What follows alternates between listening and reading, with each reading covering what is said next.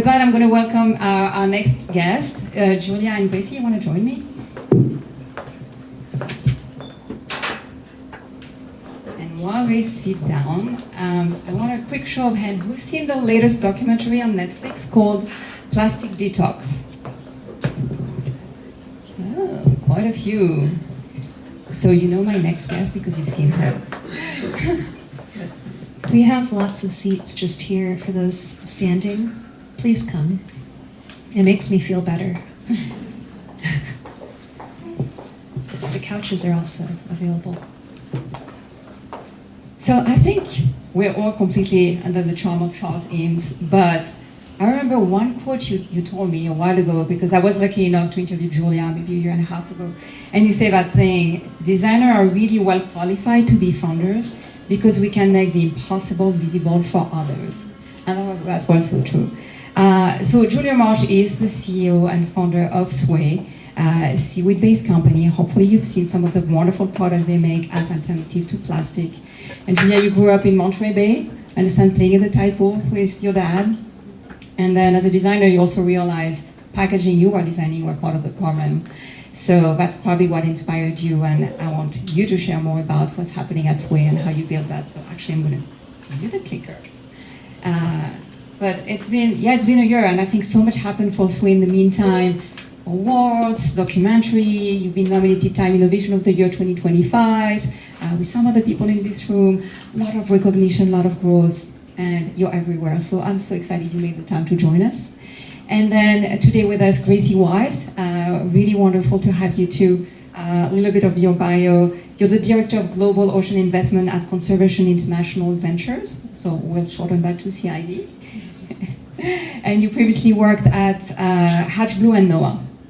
CIV, from what I understand, raises philanthropic capital and invests the money in early stage, planet positive business to support them when they need the most, which is really build financial credibility to help future rounds.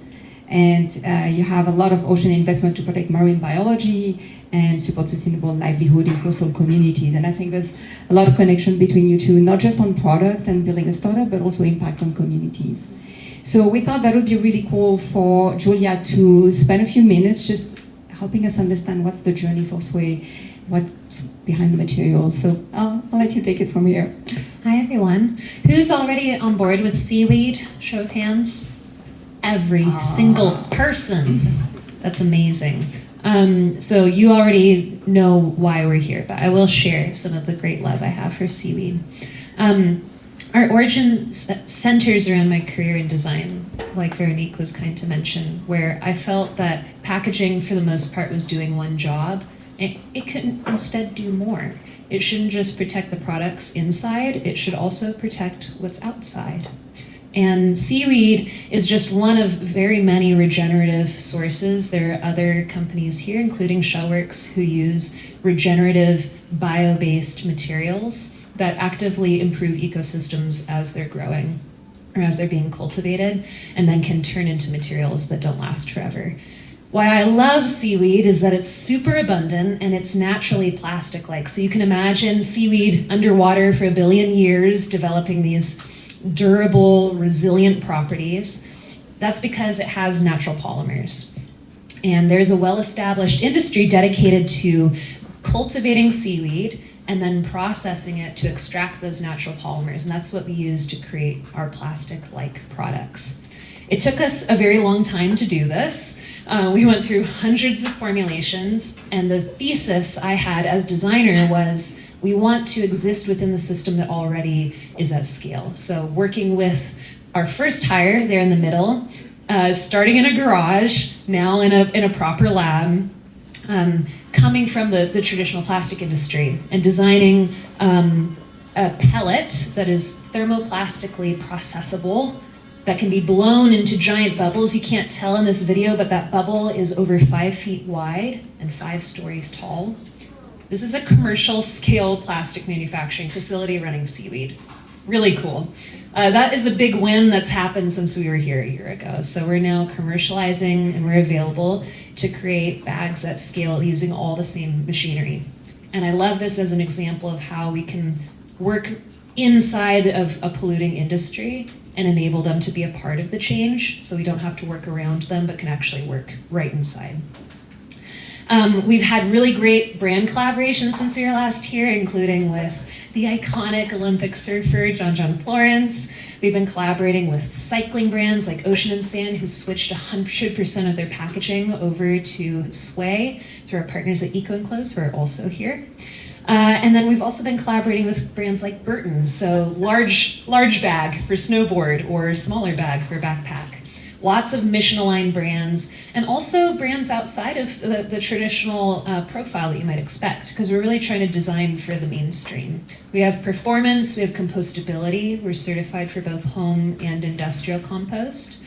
And then because we're working with this really resource-efficient crop, brands get to take ownership of the impact of the whole supply chain. You know, we're working with farms all over the world that we'll talk a little bit more about. We work with farmers and processors, and we're able to trace exactly the impact of our products. So for every 1 million Sway bags, that seaweed removes about 15 tons of carbon. It absorbs about 3,000 pounds of excess pollutants or pollutive toxins from the ocean, and it protects about 30 acres of habitat. So that is a brand story that our customers get to take and use and put out into the world. They're not just working on the plastic problem, they're actively improving oceans and coastlines and communities. As a result, we have received a lot of mainstream recognition.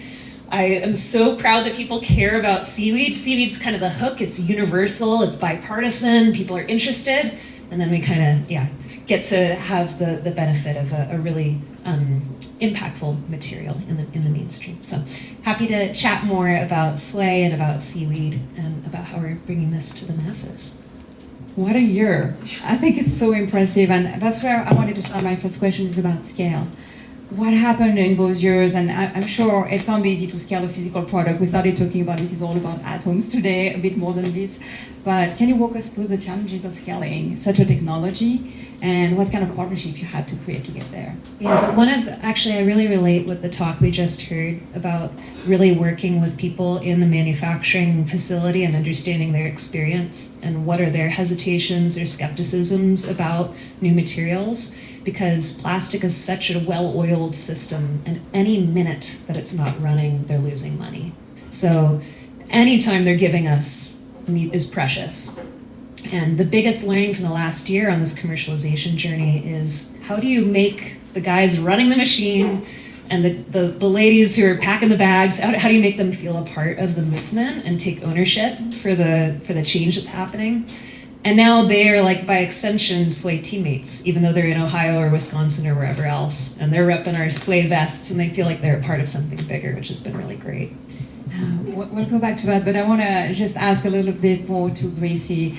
Betting on a startup and a new material is definitely super difficult. And first I wanted to understand, what was the thesis of investment for CIV? How you look at your portfolio and what makes you decide where to invest?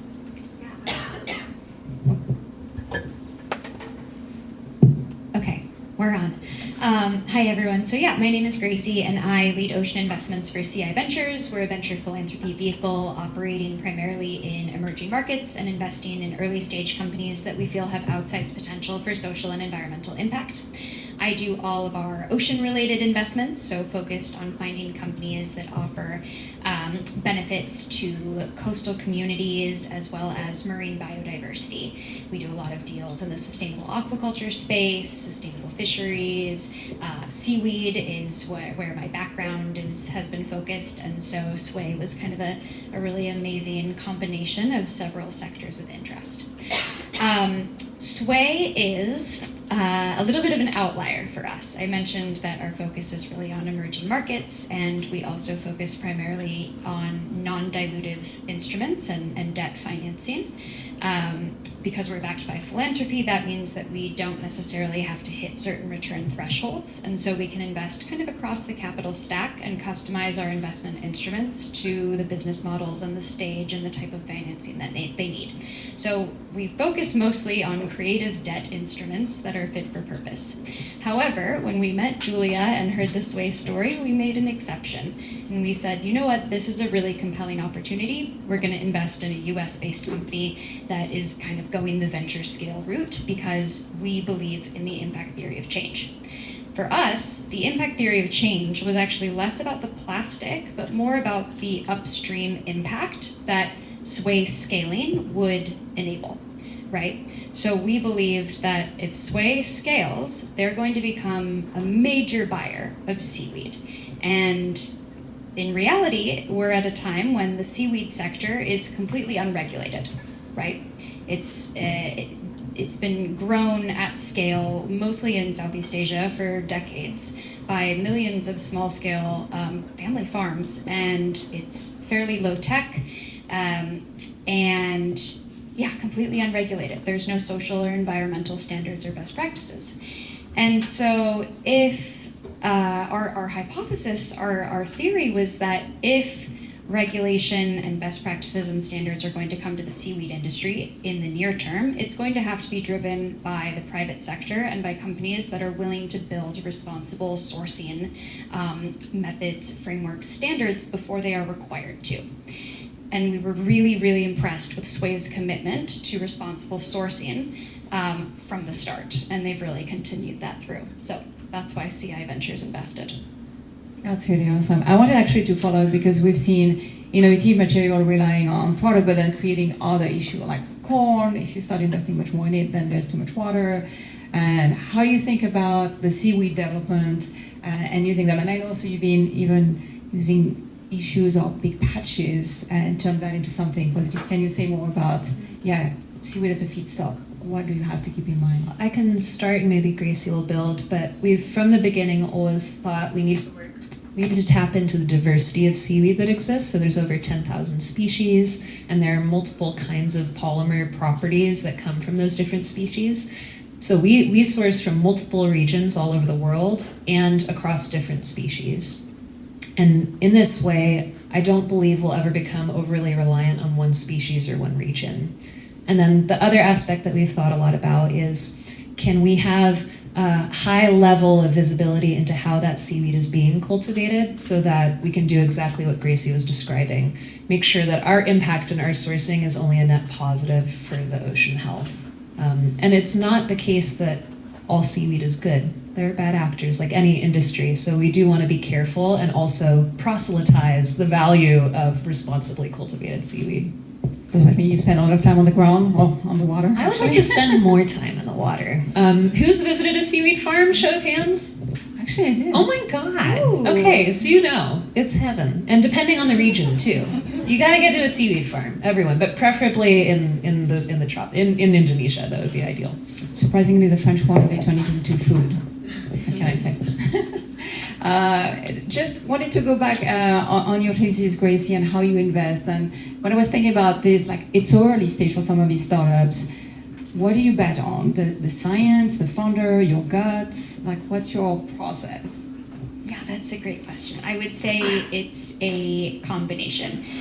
Certainly at such an early stage, a lot of it was on the founder and the team and the compelling story. But at the same time, we sort of shared diligence with another investor in the same round. My background before I started doing impact investing at CI was I worked in seaweed. I worked on a kelp farm. I co-founded a startup in growing red algae for methane reductions in ruminant animals. So I was a seaweed nerd coming from a marine resources background.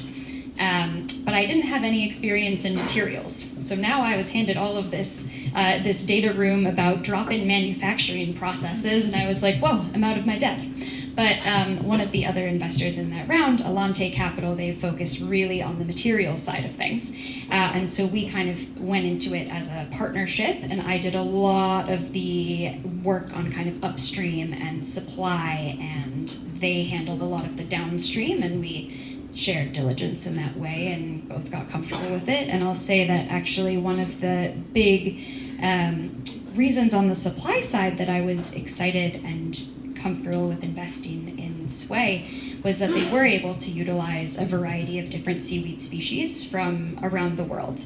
I think a pitfall that I've seen in several other particularly sweet seaweed startups in the US is that they've been dependent on one specific type of seaweed, and often that is kelp and kelp aquaculture in the US, which is also emerging.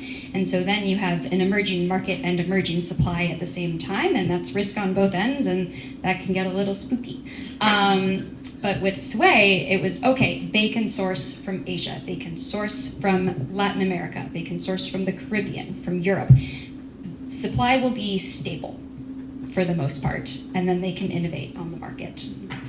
So interesting. And going along these lines, I think we discussed in the past your partnership with Eco & Close, and I would love for you to just touch a little bit on that, because to me it was so fascinating. They're both a commercial partner, but also production, like helping you refine the product. We talk a lot about product market fit in our community with founders. Can you say more about how the synergy really worked between you and Eco & Close and other similar partners? Where's Saloni? Saloni, where? There she is. Oh. Yeah. Saloni, similar to CIV, took a big bet on us early on, and I'm so grateful because as a founder, and specifically as a designer who's in love with the problem and in love with the solution, there's so many variables that you just don't have depth of knowledge around, and a big part of that was the logistics of making and distributing the product to our customers. It's too much. In the beginnings, I thought we were going to be working directly with the farmer, helping with the processing, making the product, distributing it, delivering it to the brands, and working with the composter, and I realized it's a huge blessing to tap into the knowledge and experience of someone who's been around the block a few times and also has access to thousands of customers who are looking for this product. So we radically changed our model in partnership with Eco & Close, that we sell the film to them, and they make the bags and they get it to our customers. And that changed our whole trajectory from inching our way into the market to being in the market. And now any of you right now can go to ecoandclose.com and buy a bunch of Sway bags if you want. And then we can also deliver hundreds of thousands of bags to larger brands and customize and all that. So yeah, it's been a game changer. Oh, next word swags. We should plan early. Oh, yeah, by the way, if you want water, we have some Shellworks cups too. I think that's fascinating. And I think it's a great lesson, and you'll hear that during several of our discussions today. Startup finding the right partner is so critical, and it's not about fighting an existing industry, it's more how you find your way in. And by the way, you mentioned you are not a scientist. How do you build a team in that case? That's so dependent on the science. Working with expertise that comes from a traditional industry is the biggest blessing. The first full-time hire we made was our senior material scientist, who was working in big plastic his whole career, and came and lent that knowledge to the development of our materials from the very beginning. And then we've always worked in partnership with traditional industry. And I think that's what's allowed us to succeed on a faster timeline than maybe some other materials companies. I'm also surrounded by like very clever, patient people who want to figure out exactly how we can make the most efficient supply chain, or how we can bring our material into the world in the most public way possible. So we're trying to work with every step of the supply chain still, but then relying on our partners to help us really make it come into the world. Super cool. I also wanted to ask you a more personal question. Later in the day, I really encourage people to stick around. We're going to have a masterclass in branding from two of my favorite studios in San Francisco. But in the meantime, I think, obviously, Gracie, you mentioned betting on the founder, and we know that's critical in the early stage. And it feels like you're everywhere, which I love. I love seeing you on main Instagram, but that must be also taxing. Is it something you recommend to founder, how they should think, how you do it well to create your personal brand as a founder, and what maybe sometimes the hesitation or enthusiasm? I know there's many founders in this room and they're always debating. So what's your tip? I think it's sometimes very difficult for me to distinguish Sway from myself. It feels that my whole life is dedicated to this, and there's not really a difference. Also, my co-founder is my husband, so it's everywhere at all times. I think that being a public face of an organization is very vulnerable, but I'm so grateful that I get to represent the company in a way that feels personal because it invites people to engage with something that may feel foreign or kind of boring. Maybe people don't care about packaging. Maybe they're interested that I was a designer and they're a designer, or maybe they're interested in the oceans and I can pull them into that story. There's so many like access points if you put a personal touch on the story. And as a result, we've made so many friends, and we're not doing this in isolation. I'm really grateful that we have ocean friends and researchers and academics and nonprofits that we partner with. There's guys in the compost field who are testing our products all the time, and we have personal relationships, and then we get to lift their stories up at the same time. So ultimately, it ends up in like a sway glow. I happen to be the face of it. I know, I'm not literally sway. I know that we're different. But it's supported by a broader community, and that's what allows it to work. But we had the privilege to be on Netflix. Was that fun? Yes, it was so cool. Yeah, it's amazing. I think we talk about like coming into the mainstream all the time, and we're in Forbes, Time Best Invention, Oprah wrote about us. But actually, being in the mainstream means that I don't need to tell someone that we were in Oprah. You should already know. So the Netflix documentary was the first time that people really from all parts of my life were coming and saying, oh, I learned about how bad microplastics are. I'm going to be more mindful. This impacted me. It made me so happy to see their solutions. That made me feel like, okay, we're starting to really get into the mainstream and out of the echo chamber, which is how we make real change. So do you think the health angle, and it's a question for both of you actually, how you think about your investment and your positioning, is the health angle changing anything in the vision or positioning or where you look at investment because now there's more consumer support? Yeah, I mean, I think certainly the human health angle is something we consider in a lot of our investments. A big part of our mandate is around sustainable livelihoods, fair livelihoods in coastal communities that are often at risk due to climate change and effects of climate change. So human health in a much broader sense of access to livable wages and to basic human needs is a core part of our underlying investment thesis. I found that the increased knowledge around microplastics specifically and the impact on fertility and just health overall has been very motivating. In general, I try to emphasize what we're fighting for versus what we're fighting against, which is obviously a really big theme, and paint a picture of, I think in general, as like the theme of this event, you feel like you're sacrificing something when you choose a sustainable product. And I want the conversation to shift towards there is this abundant, thriving, gorgeous future. There is, in fact, more. You get more by embracing better, more responsible practices. It's more efficient, it's cleaner, you're healthier. And I'm trying to really emphasize that versus all the sacrifice and the scared feelings that would come up every time we turn on the news. And I hope that that creates more motivation, and motivated people are going to help us actually get away from plastic. I think we're on the same track. All of these people here, I think, are all believers on the better and life upgraded options. So what's next for Sway? Well, we are like fully in commercialization. Anyone can buy our products at any time. So we're looking for amazing brands who want to tell more interesting story about their packaging doing more. It's the first touch point that you have with the product. Before you can get to your gorgeous, responsibly sourced cashmere sweater, you go through the package. So we really want to collaborate with more brands. And then Sway is raising, because we got to grow, because we're trying to change the world. So if anyone's interested in learning more, I'll be over by our table. And we've got lots of bags, so you can touch and feel the material and take one home. Yeah, please make sure to check all the product showcase. Gracie, a lot of people in this audience are passionate about the ocean. I myself spent 2 months sailing and saw the damages. For people who are looking for their next job opportunity or investment, what would you recommend today? Yeah, that's a good question, a big question, and one I was thinking about once you gave me a tip that you were going to ask me that question. And I think my answer is that we need to stop thinking about the oceans as being this like niche category, right?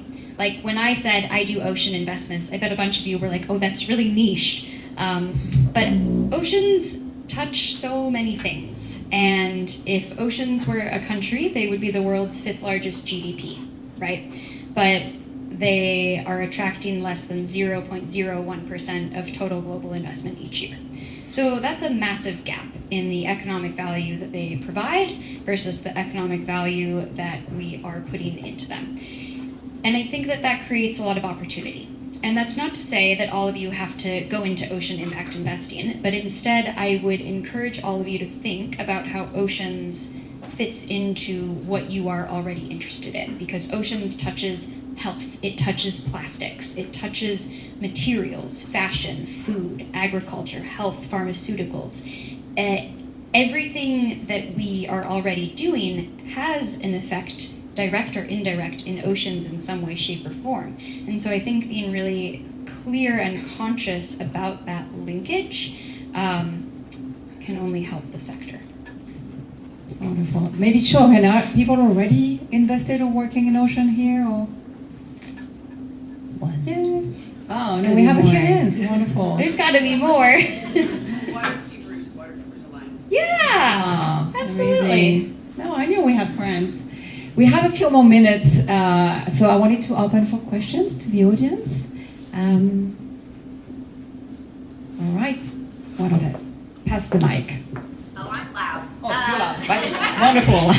Well, what do you think that Sway V2 is going to be? So, you know, you made plastic bags, that's great. What's the next thing? The question is what comes after a replacement for plastic bags. So the reason that we're focused on flexible film is because it's ubiquitous. There are 5 trillion plastic bags produced every year, and less than 2% of them are recycled. So this is a great opportunity for compostable materials. It's such a huge problem that we're going to need a whole suite of solutions to tackle it. Huge market opportunity. But in addition to that, we want to use seaweed and our compostable materials in places where it makes sense for a compostable material to exist. So really small, rigid components could be in our future. Again, because we have this pellet, we can modulate its performance based on what's needed. We can compound it with other compostable materials. Something I'm really excited about is seaweed is naturally oleophobic. It's resistant to grease. And we've developed some coatings and laminations that improve the performance of paper. So I love paper. I love a responsibly sourced paper pouch. If we could improve its performance without compromising recyclability, that would be a big win. So yes, in a 2027 year and beyond, we have lots of room to expand into other categories where seaweed makes sense, where we can improve performance and have a bigger impact.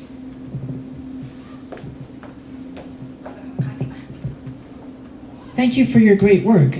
This may be a naive question, but is there any possibility of seaweed being used for 3D printing? Yes. All right, great cliffhanger. Thank you. We haven't developed it to a product that we can distribute yet, but it is something we've developed. And there are some seaweed blended materials already out there on the market that can be played with. But we can chat after. I'll share more detail. Hey, I have a question for Julia. So how do you decide,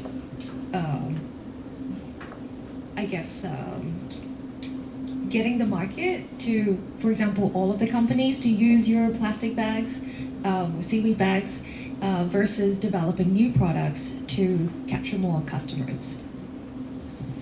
Unfortunately, there are 180 billion plastic poly bags used every year in the fashion industry alone.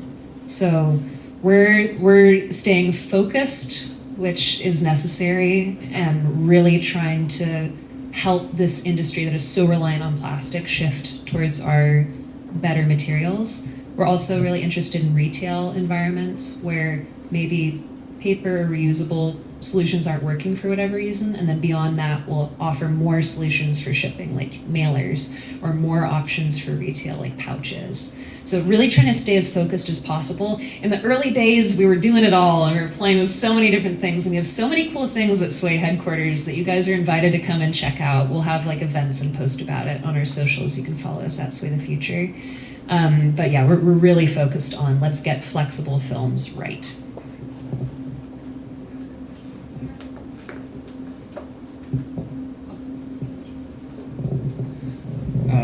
first of all, I think it's always wonderful to see what's coming out of the ocean world, because it's something that you just don't often see, but it is often the most fascinating.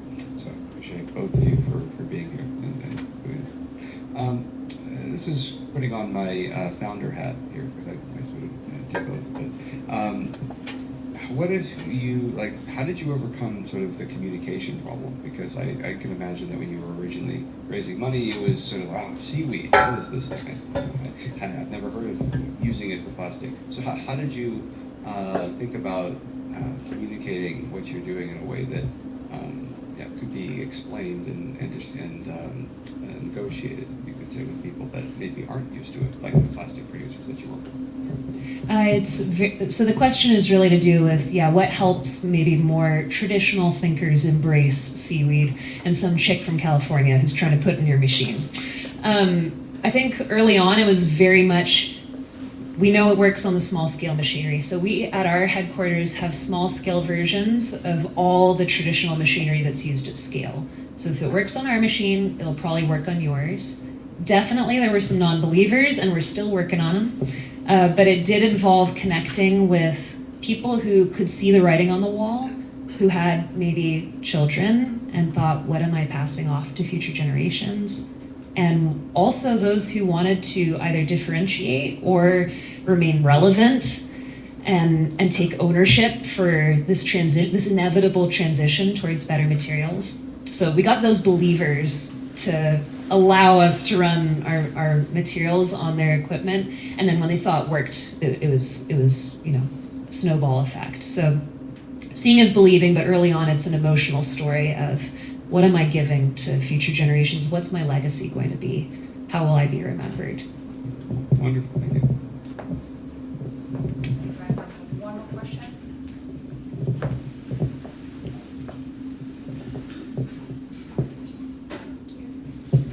You mentioned earlier that you focus a lot on where you're going in the positive way, not what you're subtracting by using seaweed or alternatives.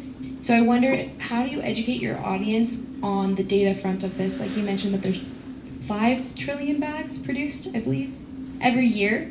Do you tend to focus more on the negative parts of this data story or the positive? Very much the positive, yeah. I think that what people are looking for right now at a saturated time is a breath of fresh air.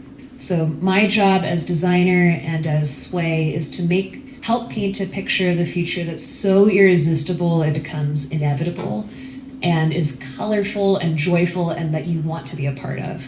So we talk a lot about, the impact in the oceans. People are fascinated, like you said, about what's happening underwater and how does farming seaweed work. And it grows like hair, and you clip it and it regenerates. And a lot of the work that Gracie and I have done together about connecting with farmers and telling their stories. And it's just a universe that most people don't know, despite 70% of our planet being ocean. There's so much goodness there. It's kind of the Trojan horse that gets you engaged. And then, yes, you can learn that this is not going to create pollution, it's not going to create toxins or microplastics, and you can learn the science later, but we start with all the goodness that is embedded into our product and our value chain. Wonderful. I think with that, we're going to have to give the stage back to Mark. Thank you so much. Thank you, everyone.